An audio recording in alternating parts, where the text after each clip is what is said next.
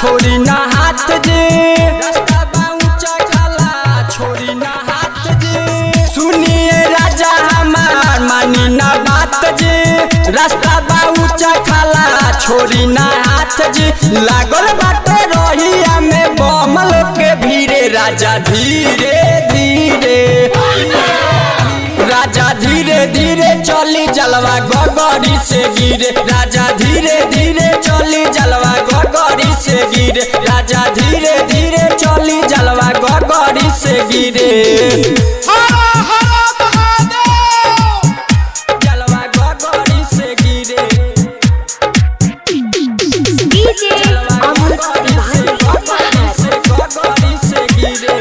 Aditya recording studio Sadhwara बाजार। बाटे पहिया सोमारी यही से भीड़ बा भारी केहू बा पैदल चलो केहू कइले सवारी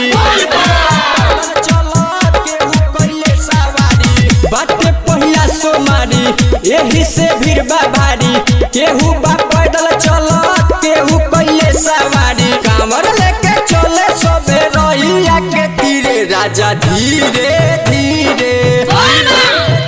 राजा धीरे धीरे चली जलवा गगरी से गिरे राजा धीरे धीरे चली जलवा गगरी से गिरे राजा धीरे धीरे चली जलवा गगरी से गिरे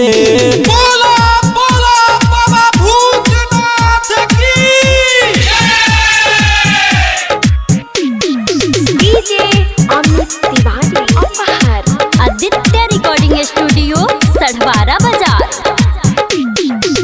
रोहित राज गौरव मानी हमार कहल थकल जाता पौआ अब न जाई सहल रोहित राज गौरव मानी हमार कहल थकल जाता पौआ अब न जाई सहल पंकज प्यारे चले में होता बोलते पीरे राजा धीरे धीरे राजा धीरे धीरे चली जलवा गगरी से गिरे राजा धीरे धीरे चली जलवा गगरी से गिरे राजा धीरे धीरे चली जलवा गगरी से गिरे।